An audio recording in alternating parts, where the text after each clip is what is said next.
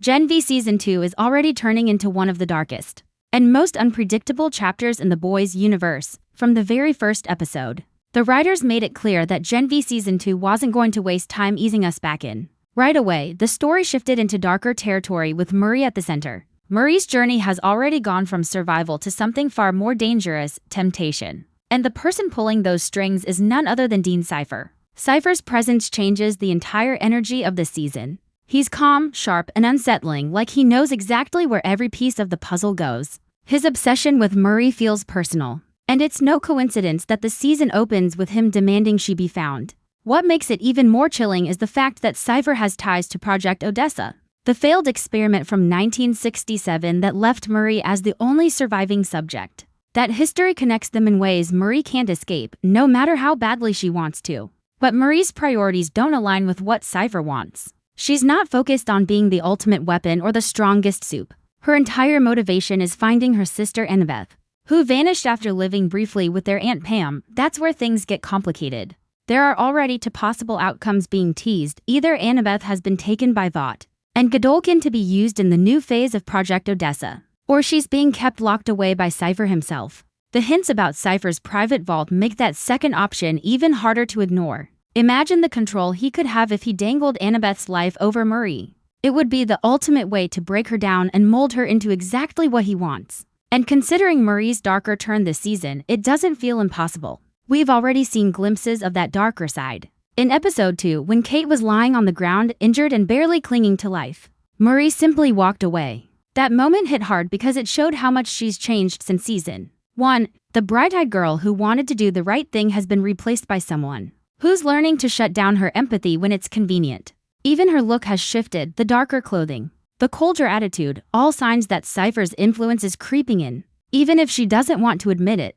This isn't just about her being stronger physically. It's about her being pushed into becoming someone she swore she'd never be. At the same time, Murray's relationship with Jordan is giving us a softer side to balance all of this chaos. The intimacy between them grew quickly once Murray came back from the Elmira facility, and their bond feels like one of the few hopeful things left.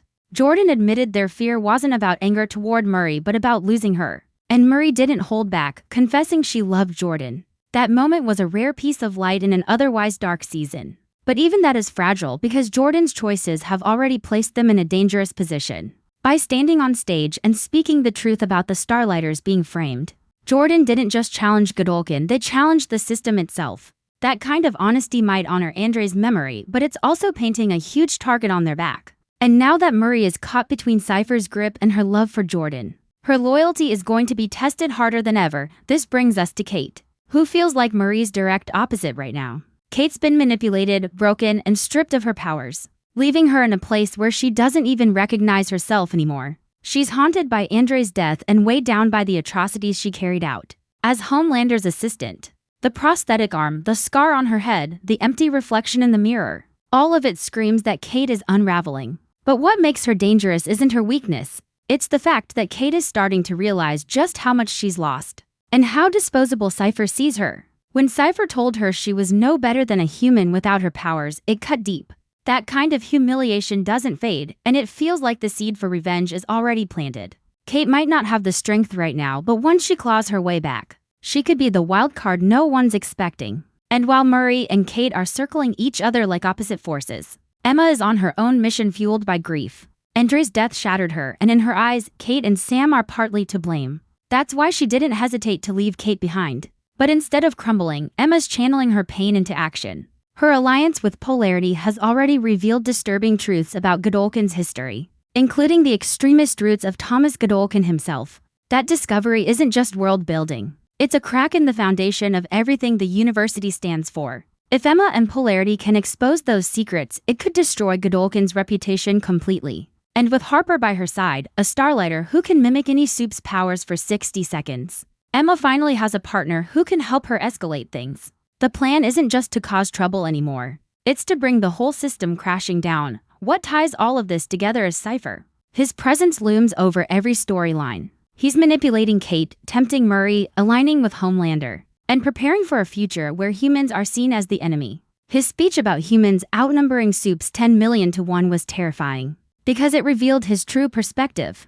To him, the students aren't just students. They're soldiers in a war that hasn't started yet, but one he's already preparing for. The question is, who's going to fall in line with his vision and who's going to resist? Right now, Marie looks like she's slipping closer into his orbit, while Emma, Jordan, and even Kate are positioned to resist in their own ways. That tension is setting the stage for a massive collision, one that might shatter the Guardians completely before the season is even over. If Section 1 showed us how Cypher's presence is poisoning everything at Godolkin, Section 2 takes us even deeper into the chaos building inside the Guardians. By the time Episode 3 rolls around, it's clear this team isn't really a team anymore. The cracks are showing and every character is carrying their own secrets, agendas, and guilt. What's fascinating is how the show balances these breakdowns. Some are internal struggles while others are external betrayals. And the combination makes the Guardians feel less like heroes and more like a ticking time bomb waiting to go off. Sam is the clearest example of this. Ever since Andre's death, Sam has been spiraling and his grief doesn't look like anyone else's.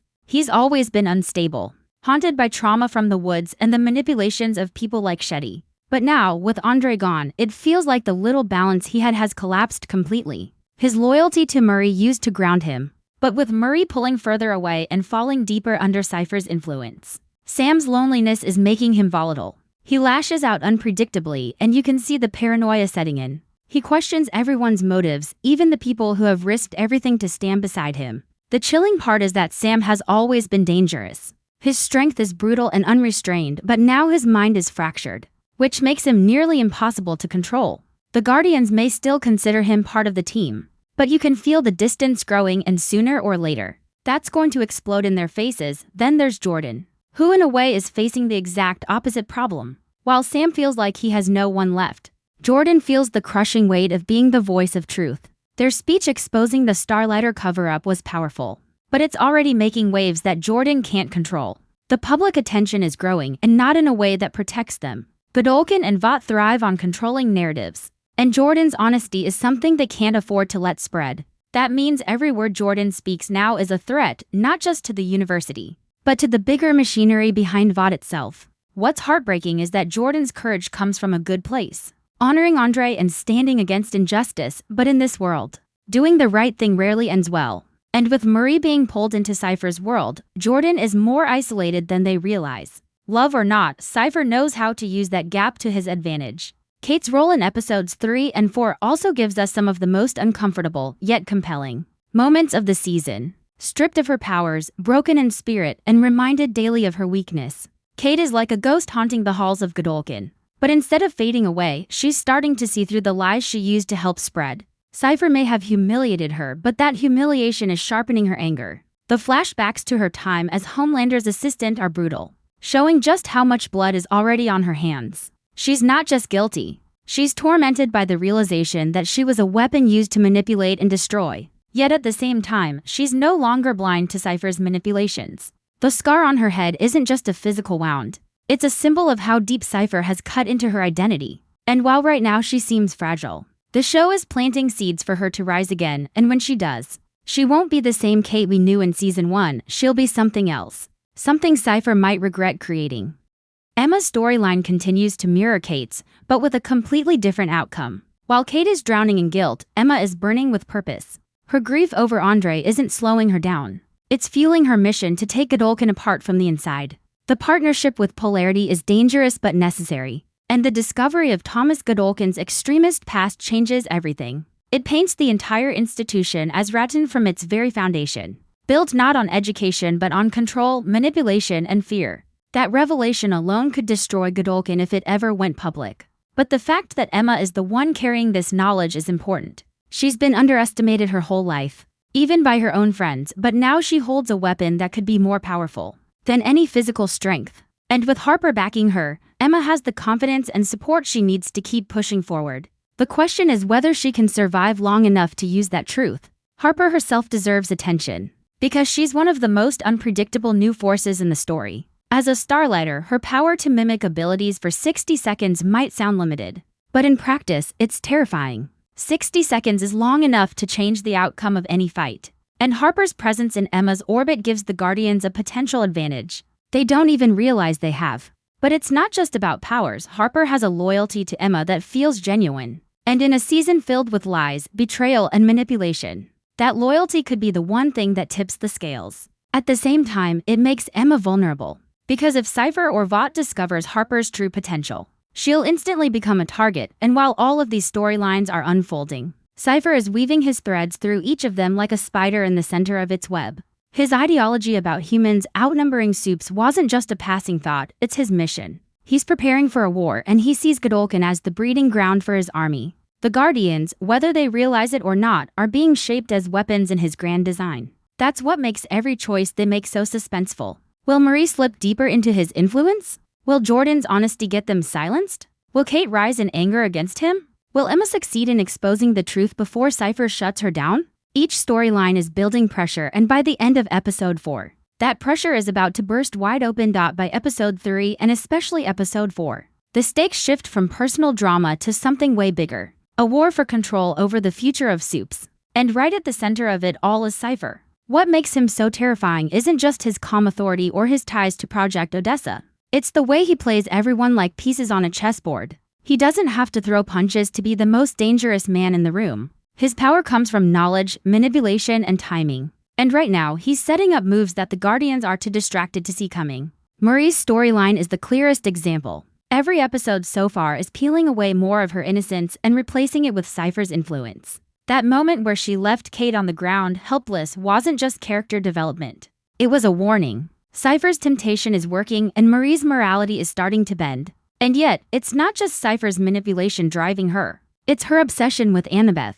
That search isn't just background noise, it's becoming the emotional core of Marie's entire arc. She's convinced her sister is out there, and every breadcrumb Cypher drops only pulls her deeper into his trap. The theory that Annabeth might already be in Cypher's hands makes every decision Marie makes feel dangerous. Because if he does have her, then Cypher controls the one person who can break Marie completely. And let's be real, Cypher doesn't seem like the kind of man who would waste that kind of leverage. At the same time, Jordan's arc is unraveling in ways that hurt to watch. Their relationship with Marie, which looked like the one safe, hopeful thing left, is already showing cracks. Cypher knows exactly how to use doubt to tear people apart. And with Jordan standing in the spotlight after their Starlighter speech, that pressure is only growing. You can feel Cypher quietly working to drive a wedge between them, and honestly, it's working. Jordan's honesty, the very thing that makes them heroic, is also what makes them vulnerable. And if Cypher manages to turn Marie's loyalty away from Jordan, it's going to hit harder than any physical fight could.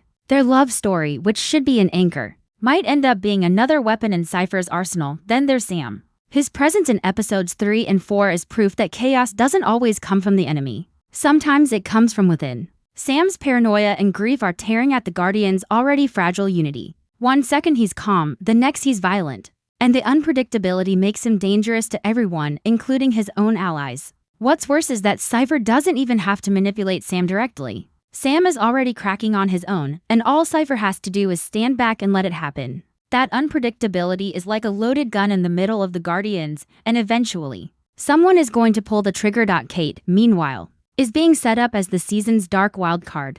Cypher stripped her down emotionally and physically, but instead of erasing her, he's creating something new. She's broken, yes, but she's also quietly rebuilding herself. The humiliation, the scars, the loss of her powers, all of it is simmering beneath the surface. You can feel her anger forming into something sharp.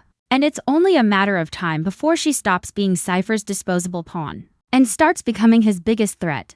The fact that Cypher doesn't take her seriously anymore could end up being his biggest mistake. Kate is unpredictable, and when she finally makes her move, it won't just be personal revenge, it'll be vengeance for everything he stole from her. Emma's mission is the opposite of Kate's, but just as dangerous. She's not seeking revenge, she's seeking truth. Her alliance with Polarity isn't just about digging into history. It's about using that history to destroy Godolkin's carefully crafted image. Learning that Thomas Godolkin was an extremist rewrites everything people thought they knew about the school. That truth, once revealed, has the power to burn the entire institution to the ground. And Emma, once underestimated as the shrinking girl, is suddenly holding the biggest weapon of all, knowledge. With Harper backing her, she's not only stronger in combat but also stronger emotionally. Harper's loyalty and power give Emma an edge, but they also make her a target. And in a world where Cypher controls the board, anyone who threatens to expose the truth is living on borrowed time. By episode 4, it's impossible to ignore that everything is spiraling toward a collision.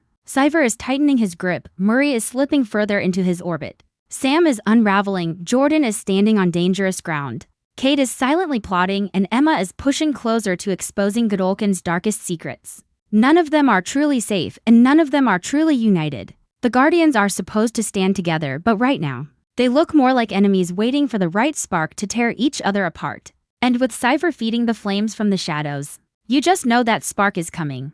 Episode 4 is where all those slow-burning tensions finally start to feel like they're about to ignite. And the show makes it clear that no one is safe anymore. The Guardians, who were once supposed to be the next generation of heroes, are now fractured pieces scattered across Cypher's chessboard. And what makes this episode so intense is how every character is forced to confront the consequences of their choices. Whether it's betrayal, guilt, or the weight of secrets that are too heavy to carry. Marie's transformation becomes even harder to ignore here. She's slipping further into Cypher's orbit. And the way she carries herself now compared to Season 1 is almost unrecognizable. She's colder, sharper, and more ruthless, but at the same time, you can see the cracks in her armor. She's not fully gone, at least not yet.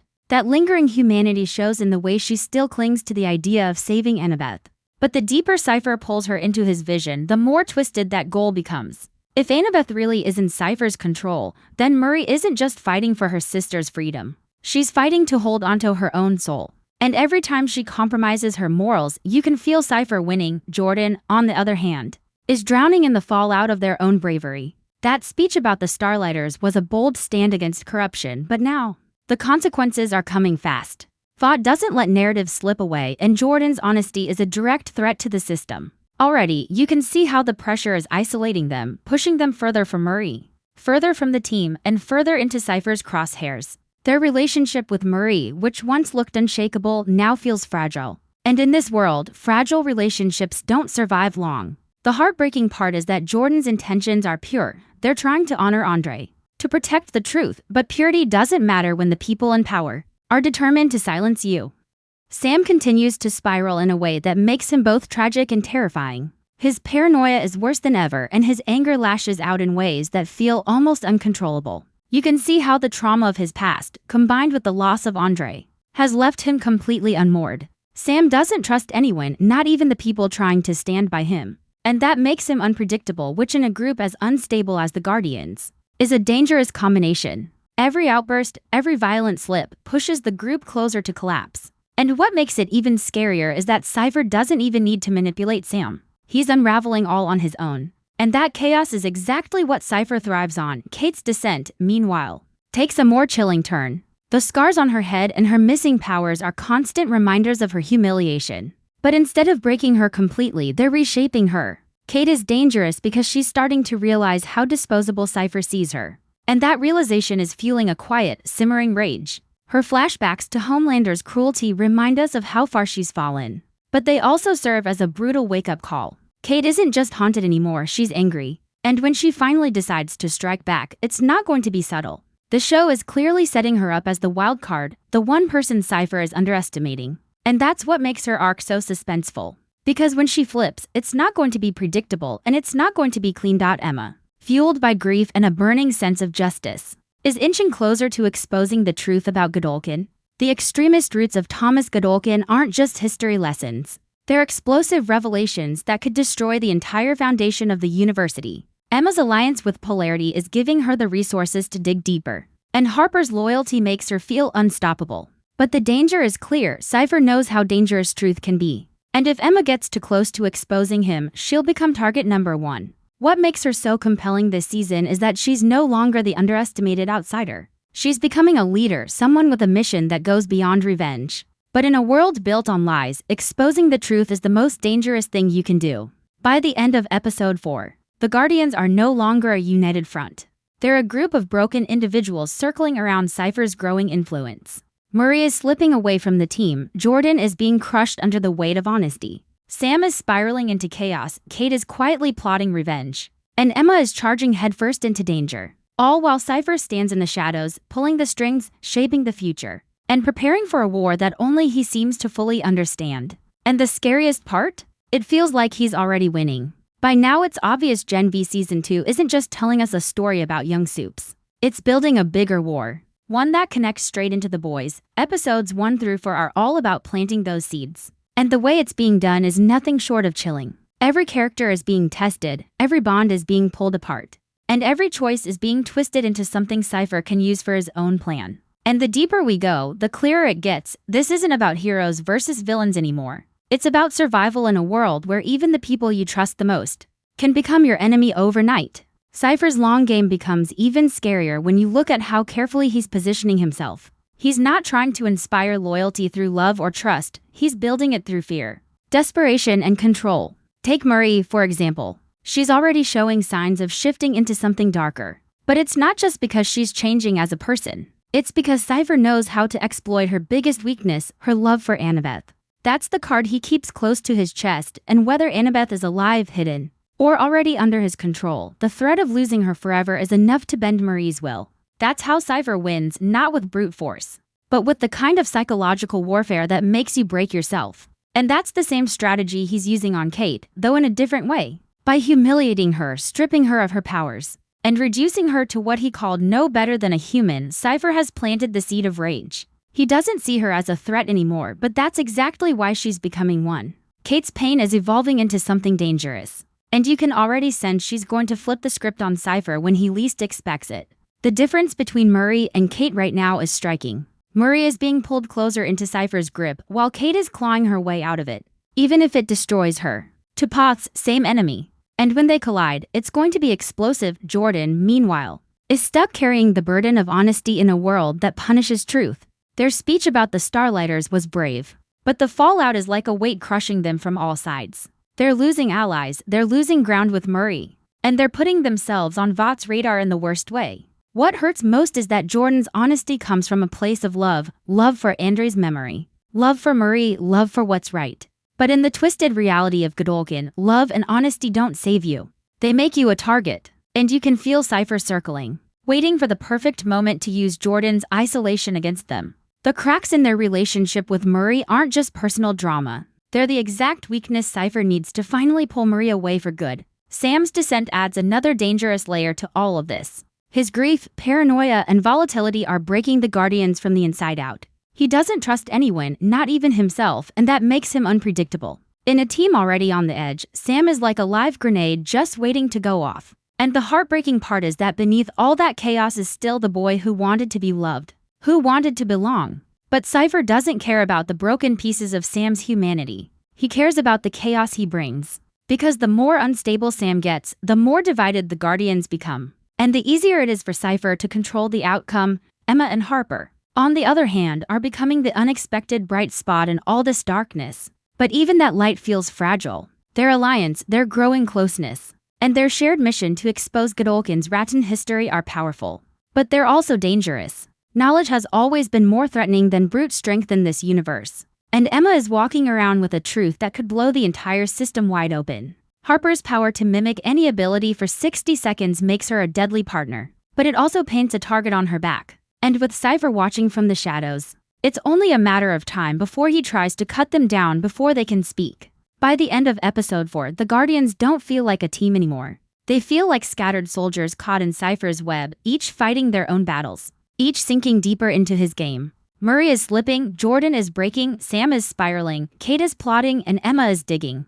And Cypher? He's standing perfectly still because he doesn't have to move. Everyone else is doing the work for him. That's the genius of his plan and the horror of it. The Guardians aren't just losing to Cypher. They're tearing themselves apart, piece by piece. And Cypher is there to collect what's left. By the time episode 4 ends, one thing is crystal clear. This isn't the story of the Guardians becoming heroes. This is the story of the Guardians being broken down, reshaped, and tested until there's nothing left but survivors and casualties. And at the heart of that transformation is Cypher. A man who doesn't just want to win, he wants to rewrite the rules of power itself. Everything that's happened so far, every betrayal, every loss, every shift in loyalty, has been leading us to one inevitable conclusion: war is coming. And it's not just a war between supes and humans, it's a war inside the Guardians themselves. Marie's arc is the perfect example of that. She's torn between her love for Jordan, her desperate need to find Annabeth, and the dangerous pull of Cypher's influence. Every decision she makes feels like a step closer to losing herself, and yet, you can still see flashes of the girl who wanted to do the right thing. That conflict is the engine driving her story, and the suspense comes from not knowing which side she'll choose when the moment finally comes. Will she fight back against Cypher and risk losing Annabeth forever? Or will she surrender to him, becoming the very weapon he's been shaping her into? Either way, Marie's path is going to cost her something: her love, her sister, or her soul.